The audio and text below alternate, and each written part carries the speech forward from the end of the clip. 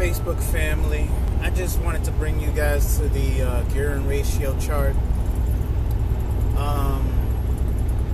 We all know that the x22r is geared 1742. It's written right on the gear itself. For the most of us that are under 200 pounds, I'm pretty sure out the box, out the crate, you can get your bike to like 75 miles an hour. But only if you're getting on the interstate. I do not recommend and do not condone speeding on city streets unless you live in the middle of Texas and you're on a long, long deserted road. That's the only time I would, condone speeding. Other than that, still, full disclaimer, I'm not held liable for anything that you do on your motorcycle. I'm just giving you suggestions. The x22r is geared 17 front tooth, 42 rear tooth. These are the sprockets on the bikes. Everybody knows we use these sprockets on the bikes to give us torque and speed. So we're trying to manipulate the bike to go faster than what it's going. Or maybe you're a heavier rider. Either you're too ashamed to say or you just not willing to admit you're a heavier rider. This bike is only 300 pounds in change. It's a very light bike compared to the 600s and 1000 cc liter bikes.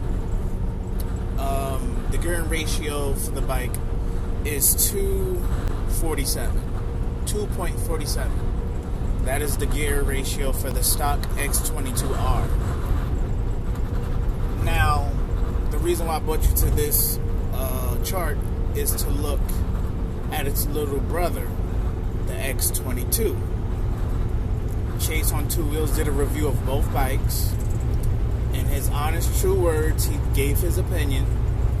He would not recommend highway commuting on the x22 no matter what you do to it. The engine does not have enough pep in the engine, and that's due to the gear and ratio.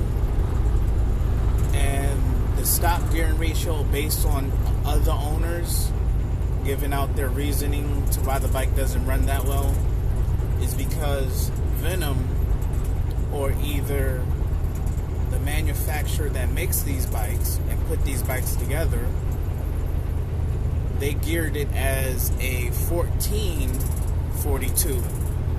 And if you look on the chart here, it gives you a gear ratio of 3.00. Now, getting technologically geeky with it, if you want to call it that, 3 is a lot higher than 2.47.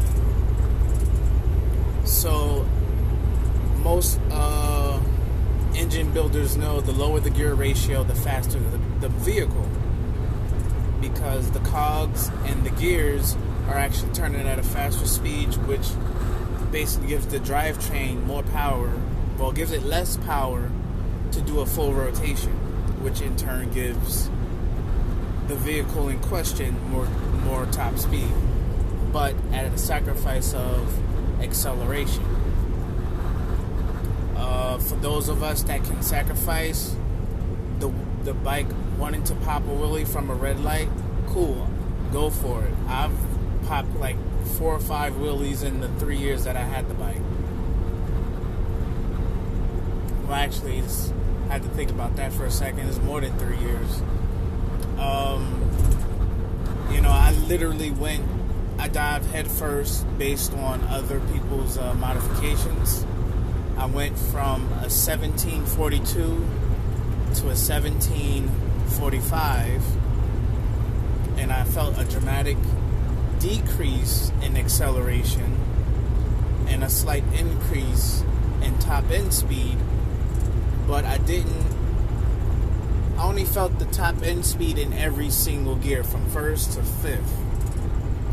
So let's just say if first gear was like 0 to 10 miles an hour, 0 to 15, when I dropped the rear sprocket to a 35, I was going like 25, 28 in first gear.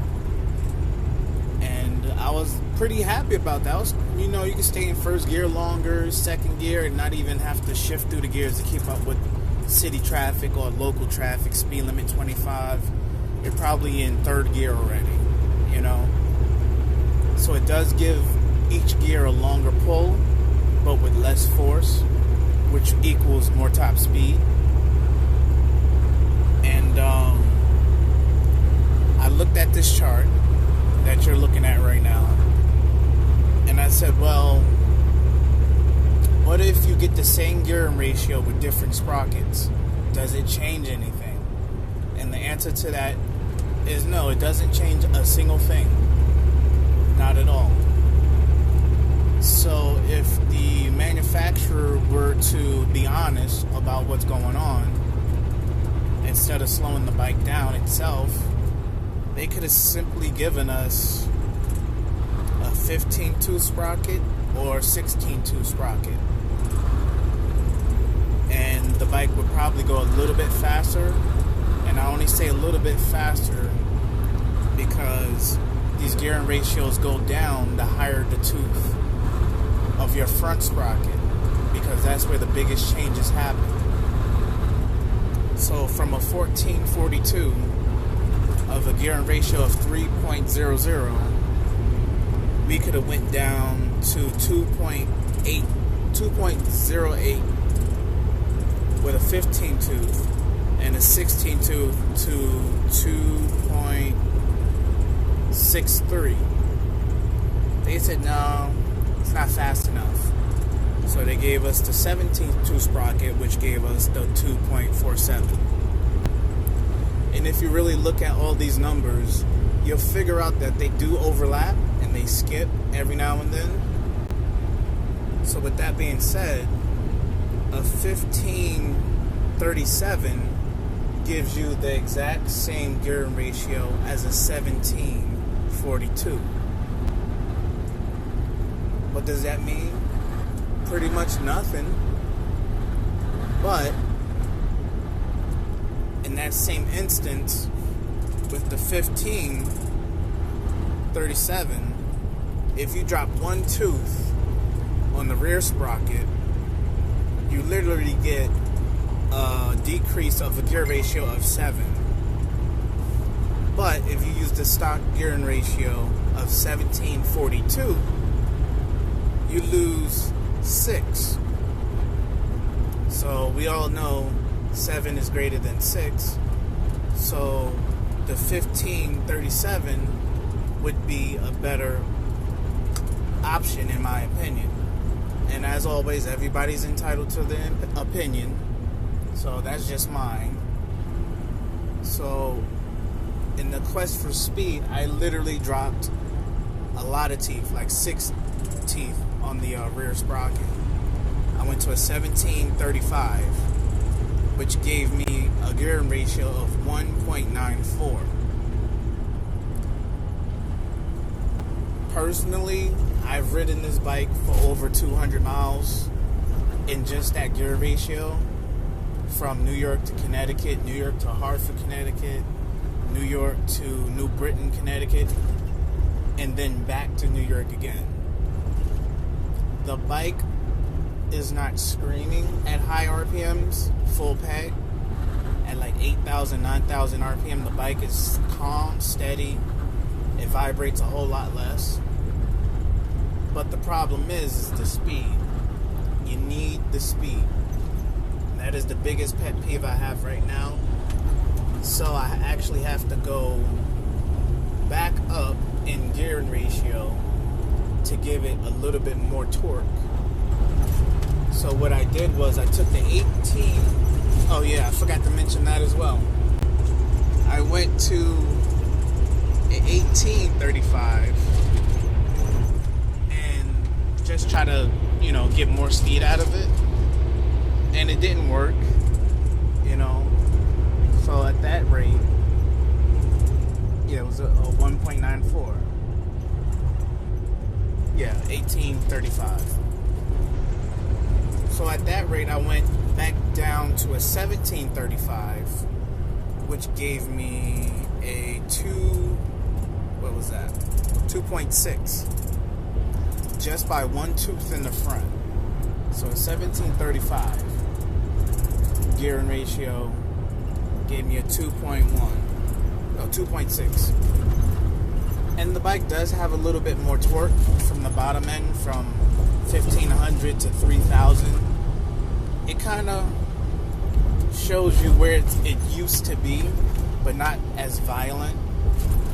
You know, from a novice rider's point of view, if you tried to really give it the beans, the bike will literally pull the handlebars from out of your hands if you're not holding tight enough. And that is very, very, very, very dangerous. So basically, you know, the less torque, the better. You know, less torque, better top speed, but yet still,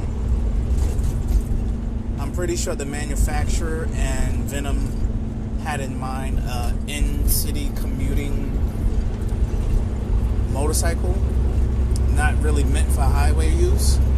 But face it, most of us that are just starting, we need to get on the highway because sometimes your work is not as closest to the house as you need it to be, or you and your friends got a bunch of grums and you're trying to just do a little, you know, commute to one spot to another spot, or you just a loner and you just want to go to the beach but you have no way to get there. So you do need to be on the highway for some amount of time. So basically what I did was I went on YouTube and I watched this video right here by My Life Fernando, and he did a modification with the old X22, the little brother of the X22r,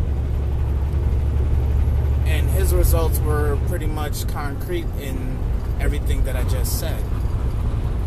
The front sprocket will give you higher top speed or more torque. He went from a 14 to a 17, and that's what really helped him pick up top speed. So basically, if you're trying to make the bike faster and you don't want to get too technical with it, just know the number of spokes that are on the gear, the front and the rear. Look at the chart and know that the lower the number, the faster you go, at a cost of acceleration. I mean, the bike is not that fast as is, but it's still a bike, and it's basically a motorcycle. It's a full-size motorcycle, just not that fast because the engine doesn't produce that much horsepower in the first place, but it can be manipulated, so this should help you out. I will have more, and if I do, I should overlap over this video.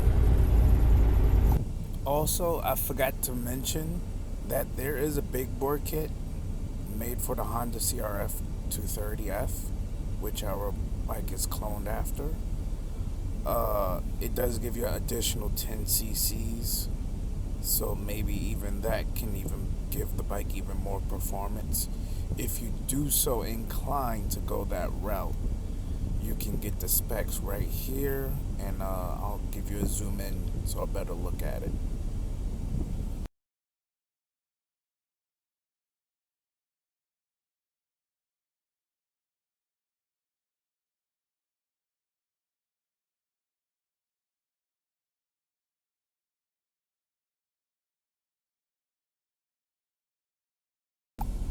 Once again, I'd like to thank you for watching. Hope you guys be safe and enjoy your summer.